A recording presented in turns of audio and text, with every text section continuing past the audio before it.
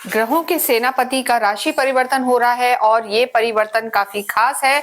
ये मान के चलें कि इस साल का ये जो आखिरी मेजर चेंज होने वाला है वो ये मंगल के परिवर्तन से होगा।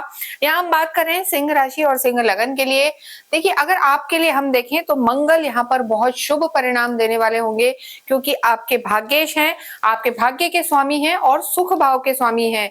भाग्येश का और सुख भाव के स्वामी का दूसरे त्रिकोण में आना, पंचम में आना, आप समझ सकते हैं कितना लाभप्रद रहने वाला है। विष्णु लक्ष्मी राजयोग बनेगा, इसके साथ साथ ही भाग्य भी बलवान होगा और मंगल एक त्रिकोण में आके, यानी एक त्रिकोण के लॉर्ड दूसरे त्रिकोण में आके सीधे लाभ भाव को देखेंगे और ये स्थिति आपके लिए प्रबल लाभ, मुनाफे का समय जिसे हम कहते हैं, वो लाने वाली है। लेकिन एक सिक्के के जो हम कहते हैं दो पहलू हैं, अच्छाई के साथ कुछ ना कुछ नेगेटिव भी होता है। तो यहाँ पर किन चीजों का ध्यान रखना है और किन चीजों से लाभ उठाना है, ये हम आपको यहाँ बताएंगे।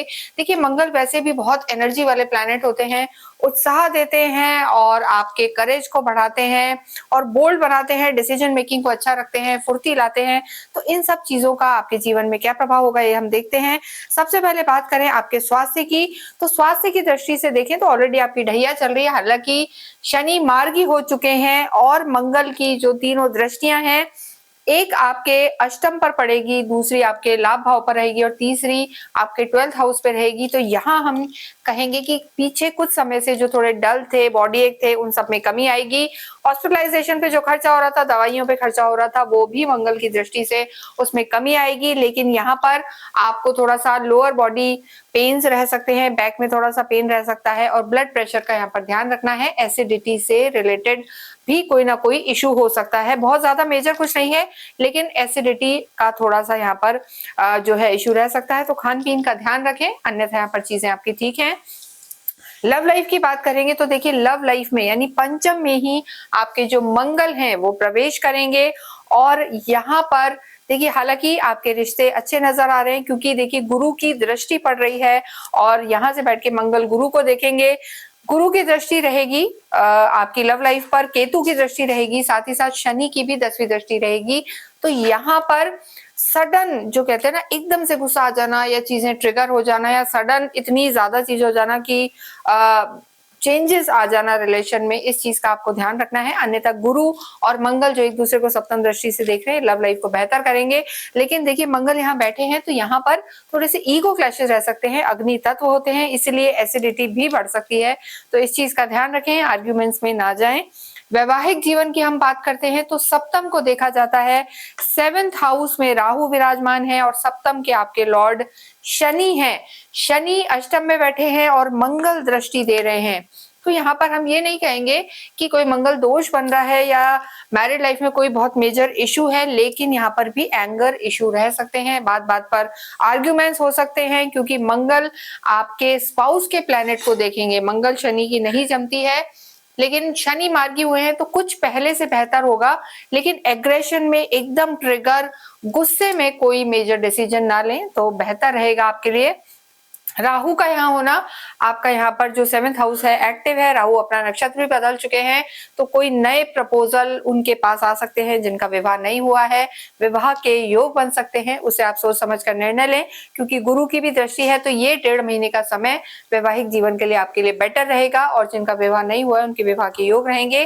कार्य क्षेत्र की दृष्टि से देखें तो मंगल का त्रिकोण में आना, भाग्येश का त्रिकोण में आना, लाभ भाव में दृष्टि देना, आपका माइंड काफी एक्टिव रहेगा, मल्टीपल रिसोर्स ऑफ इनकम के द्वार खुलेंगे, विदेशों से लाभ होगा, क्योंकि मंगल आपके 12th हाउस को भी देख रहे हैं और 11th हाउस को भी देख रहे हैं। तो 7वीं और 8वीं दृष्टि दोनों ही कहीं ना कहीं आपके मल्टीपल रिसोर्स ऑफ इनकम को डेवलप करेगी। यानी एक को जॉब कर रहे हैं, कहीं को साइड में काम कर सकते हैं या किसी एग्जिस्टिंग वर्क को ही एक्सपेंड कर सकते हैं। तो ये स्थिति सिंह राशि वालों के लिए बहुत बहुत अच्छी है यहाँ पर। लेकिन खर्चे बढ़ने के भी योग हैं, तो वो आपको सोच समझ कर करना है।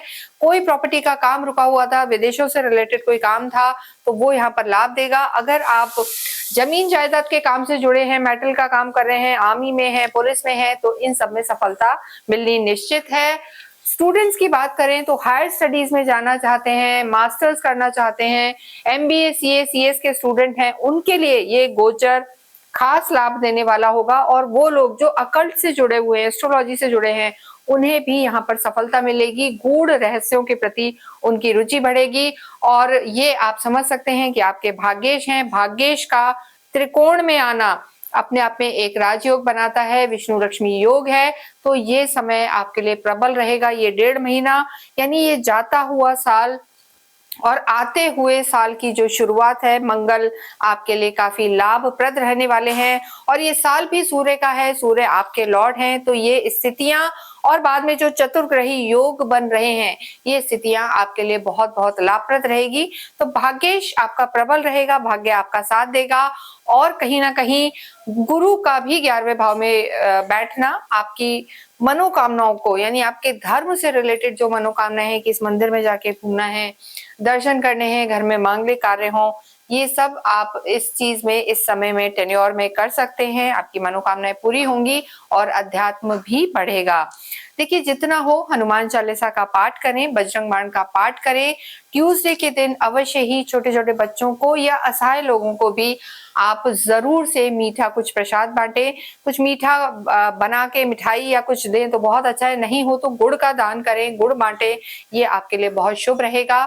इसके साथ ही इस वीडियो को हम यहीं समाप्त करेंगे। आप अवश्य ही या तो 3 मुखी रुद्राक्ष या 1 मुखी रुद्राक्ष यानी कॉम्बिनेशन में पहने तो सफलता निश्चित है। इसके साथ ही इस वीडियो को हम यहीं समाप्त करते हैं। कमेंट बॉक्स में ओम हम हनुमते नमः लिखें। Thank you.